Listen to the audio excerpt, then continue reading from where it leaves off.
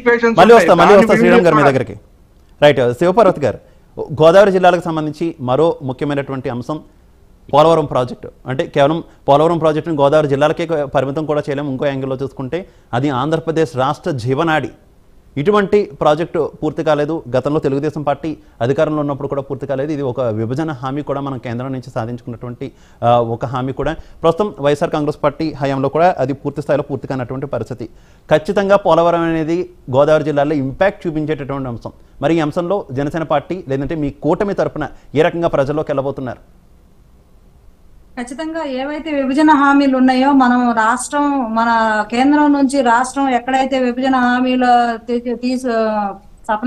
సఫలీకృతం చేసుకోవడంలో మనం ఎక్కడ విఫలమయ్యామో అవన్నీ మళ్ళీ ఇప్పుడు కూటమి వచ్చాక, ఎన్డీఏ వచ్చాక ఖచ్చితంగా కేంద్ర ప్రభుత్వం నుంచి గట్టిగా మనకు రావాల్సిన నిధులు, నియామకాలన్నీ ఖచ్చితంగా తీసుకునే ఇది ఉంటుందండి. ఆ ఫోర్స్ చేసి తీసుకునే ఇది ఉంటది. అది మొన్న కళ్యాణ్ గారు కూడా అనకాపల్లి సభలో కూడా ప్రస్తావించారు.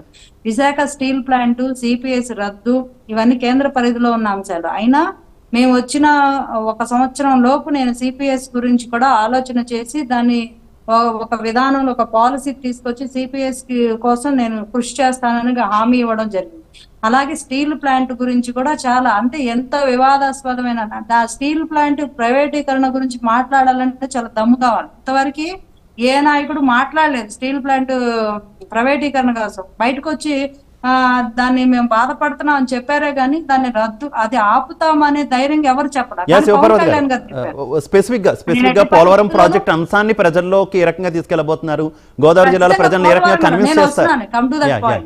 ప్లీజ్ నాకు ఇస్తే నేను నెక్స్ట్ అదే మాట్లాడు. ఇప్పుడు ఏ రకంగా అలాగా ఇవి పరిష్కారం అవ్వవు, ఈ ఏళ్ల తరబడి అలా ఉంటాయి అనే విషయాల గురించి కూడా ఆయన గట్టిగా ప్రస్తావన చేస్తున్నారు. నాది హామీ అని చెప్తున్నారు. అలాగే పోలవరం కూడా ఖచ్చితంగా పోలవరం కట్టి తీరుతాం, నిర్మించి అది కంప్లీట్ చేసి రైతులకి ఇప్పుడు దాదాపు 45 లక్షల ఎకరాలు తడుస్తుంది. దాదాపు ఎన్నో సాగునీరు కానీ తాగునీరు కానీ దానివల్ల చాలా ఉపాధి అవకాశాలు పెరిగితే రైతులు కూడా పంట పండించుకోవడానికి అవకాశం ఉంటుంది. అలాగే వర్షపు నీరుని స్టోరేజ్ చేసుకునే మెకానిజం కూడా మనం డెవలప్ చేసుకోవాలి. నీటి ఎద్దటిని కూడా తగ్గించుకోవాలి. వరదలు వచ్చినప్పుడు వృధాగా నీరంతా సముద్రంలో పోతుంది. దాని గురించి ఎప్పుడు ఆయన మాట్లాడుతూనే ఉంటారు.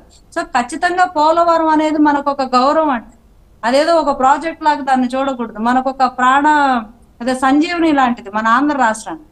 కానీ దాన్ని పార్టీలు రాజకీయానికి వాడుకోవడం దౌర్భాగ్యం. దాన్ని ఎవరైనా దాన్ని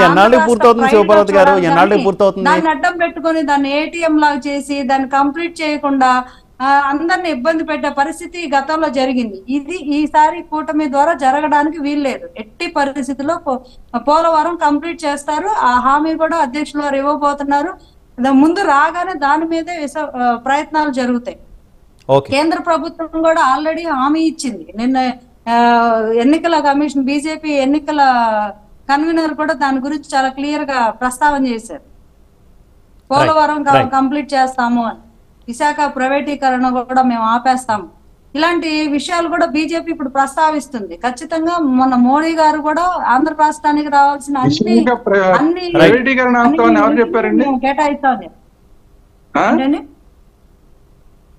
విశాఖ కర్మాగారం ప్రైవేటీకరణ ఆపుతామని ఎవరు చెప్పారు? బీజేపీ వాళ్ళు. బీజేపీ ఎన్నికల కన్వీనర్ అండి, ఆంధ్ర రాష్ట్ర ఎన్నికల కన్వీనర్ బీజేపీ పార్టీ. ఎవరైనా నాకు ఐడియా లేదు. నార్త్ ఇండియన్, నాకు కూడా నేమ్ ఐడియా లేదు. మీకు కావాలంటే తర్వాత పంపిస్తాను news article. Right, okay. Venugopal గారు, పోలవరం విషయంలో, ఎందుకంటే గత ఎన్నికల్లో పోలవరాన్ని విస్తృతంగా ప్రచారంలోకి మీరు తీసుకొచ్చారు. పోలవరం పూర్తి కాలేదు, పోలవరం తెలుగుదేశం పార్టీ పూర్తి చేయలేకపోయింది, విఫలమైంది, పోలవరాన్ని ఒక ఏటీఎంలా వాడుకున్నారు, ఈ రకమైనటువంటి ఆరోపణలన్నీ విస్తృతంగా చేశారు. కానీ ఇప్పుడు అధికారంలోకి వచ్చారు. ఇప్పుడు ఎంతవరకు వచ్చింది పోలవరం ప్రాజెక్టు? ఏ స్టేజ్లో ఉందో చెప్పగలరా మీరు? శివ గారు, పోలవరం ని ఏటీఎం లాగా వాడుకున్నాడని చంద్రబాబు నాయుడు చెప్పింది మొట్టమొదట మోడీ గారే చంద్రబాబు నాయుడు మాట్లాడడం జరిగింది. మేం కాదు మాట్లాడు. పోలవరం అడ్డం పెట్టుకుని దాన్ని ఏటీఎం లాగా వాడుకుంటున్నాడు, దాన్ని పూర్తి చేయకుండా. ఏదైతే 5 ఫిబ్రవరి 2024లో ఏదైతే టీడీపీ ఎంపీ కనకమేడలు అడిగిన ప్రశ్నకు గాను ఏదైతే గజేంద్ర సింగ్ షెకావత్ కేంద్ర జలశక్తి మంత్రి సమాధానం ఇస్తూ 2020 నుంచి 5/2/2024 వరకు 6,530 కోట్లు ఏదైతే రాష్ట్ర ప్రభుత్వం ఖర్చు పెట్టిన నిధులు మేము ఇవ్వడం జరిగింది. ఈ రోజు డయాఫ్రమ్ వాళ్ళు దెబ్బతినడం వల్ల, డయాఫ్రమ్ వాళ్ళు ఎందుకు దెబ్బతినింది? తెలుగుదేశం ప్రభుత్వంలో డయాఫ్రమ్ వాళ్ళు ప్రాసెస్ ప్రకారం చేయడం వల్ల అది దెబ్బతినింది. కాబట్టి ఏదైతే అంతర్జాతీయ సంస్థల నుంచి వచ్చి నివేదిక వచ్చేంత వరకు దాన్ని నిలిపివ్వాలని చెప్పేసి 5 ఫిబ్రవరి 2024లో ఏది కేంద్ర జలశక్తి శాఖ మంత్రి గజేంద్ర సింగ్ చెప్పడం జరిగింది. అదే కాకుండా జగన్మోహన్ రెడ్డి గారు 3 సంవత్సరాల క్రితమే ఏదైతే పోలవరం నిర్వాసితులకు 15,000 కోట్లు ఇవ్వాలని వాళ్ళ అకౌంట్ వాళ్ళ డీటెయిల్స్ ఇవ్వడం జరిగింది. 3 సంవత్సరాలైనా ఈ రోజు వరకు వాళ్ళ అకౌంట్లో ₹1 కూడా అయింది. కానీ ఈ రోజు మొన్న జరిగిన తెలుగుదేశం పార్టీ, బీజేపీ, జనసేన ఏదైతే భారీ బహిరంగ సభలో ఏదో 5 లక్షల మంది వచ్చారు, భారీ ఎత్తున వచ్చారు, అది ఇది అని చెప్పి మాట్లాడారు. అక్కడ ఏ మాత్రం పోలవరం గురించి కానీ పోలవరం ఎందుకు ఆలస్యం అవుతుందని చెప్పలేదే. అదే విధంగా ఏదైతే వైజాగ్ స్టీల్ ప్లాంట్ గురించి ఏమి హామీ ఇవ్వలేదే.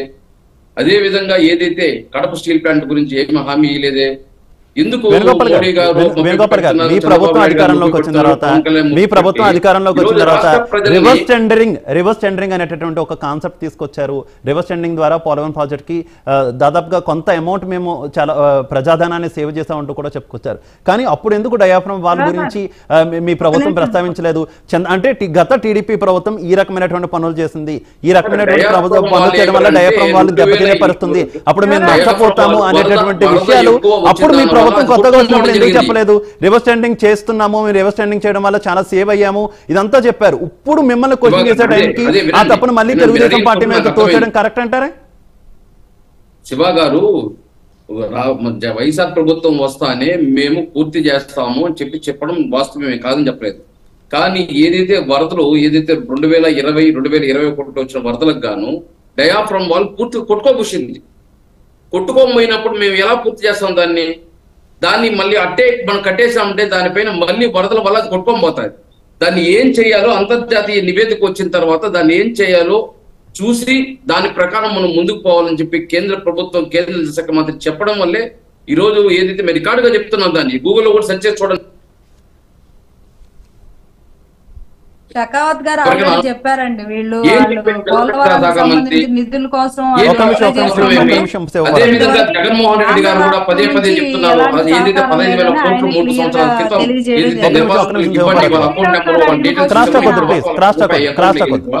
ఈ రోజు ఆలస్యం చేసిన కేంద్ర ప్రభుత్వం. ఇందాక అడిగారు కదా శ్రీరామ్ గారు ఎవరు చెప్పారు అని. ఒక్క నిమిషం బీజేపీ కంప్లీట్ చేయనివ్వండి ప్లీజ్. శివపార్వతి గారు, వేణుగోపాల్ గారిని కంప్లీట్ చేయనివ్వండి. కంటిన్యూ వేణుగోపాల్ గారు. దాన్ని నీరు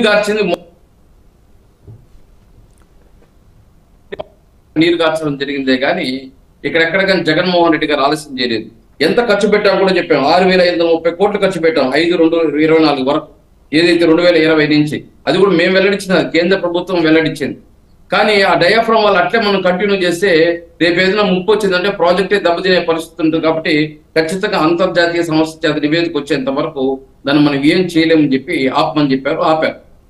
ఇక్కడ జగన్మోహన్ రెడ్డి గారికి ఏం సంబంధం ఉంది? డయాఫ్రమ్ వాళ్ళు ఏమైనా జగన్మోహన్ రెడ్డి గారు కట్టారా?